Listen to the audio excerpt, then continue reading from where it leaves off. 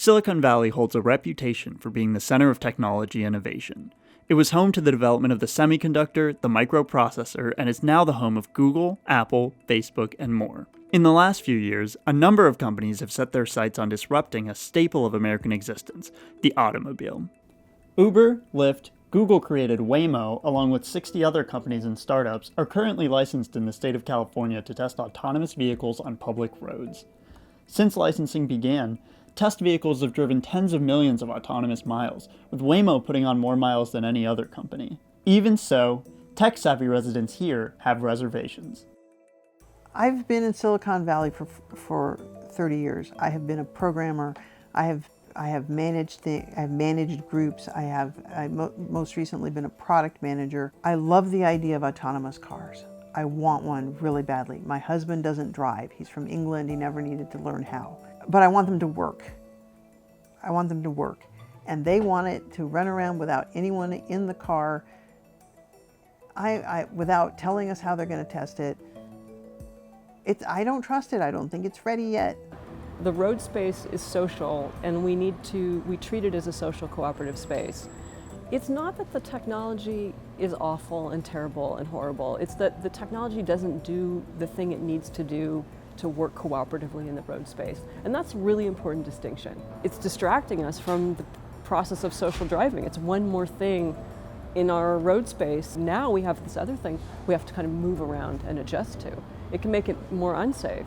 Companies in the valley are seizing on automation as a solution to problems facing car travel: an aging population unable to drive themselves, pollution and congestion, and sagging car ownership rates. In the US, nearly 40,000 people are killed in auto accidents each year. Autonomous cars are commonly pitched as a way to improve road safety, but to get there, autonomous cars have to prove their own roadworthiness. The nature of the problem that we're tackling is how do you develop, test, and deploy autonomous vehicles safely. And so what that means is roughly simulation and all this associated infrastructure around simulation.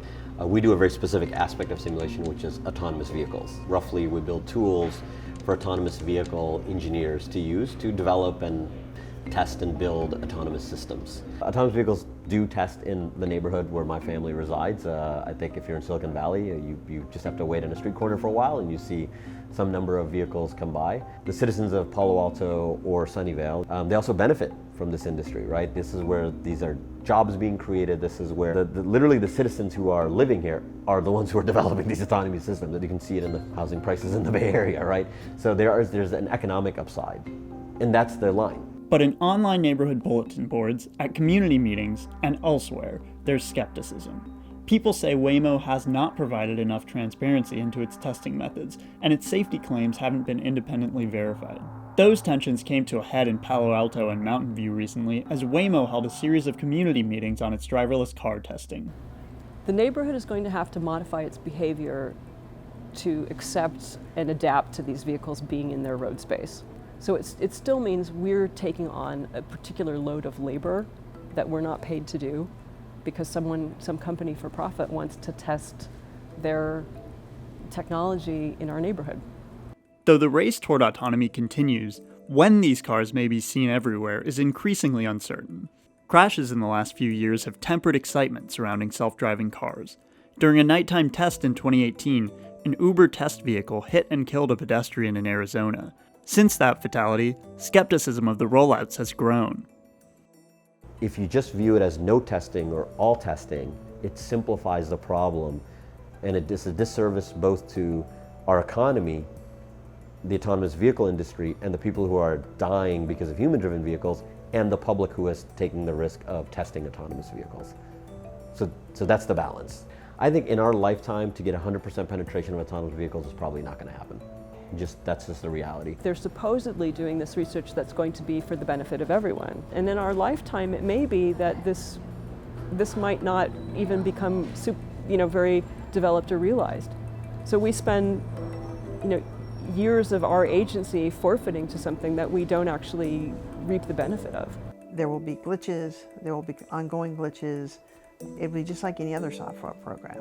I want them to do public testing that is open, okay? I want them to tell us what they're testing. I don't trust them at this stage. It's too early. They're too excited. They're chasing the rainbow, and I don't want them driving down my street. Although Waymo has been approved for driverless testing in California, the company said it has not yet started. In a statement to the Post, Waymo laid out its commitment to safety and the Silicon Valley communities where it tests.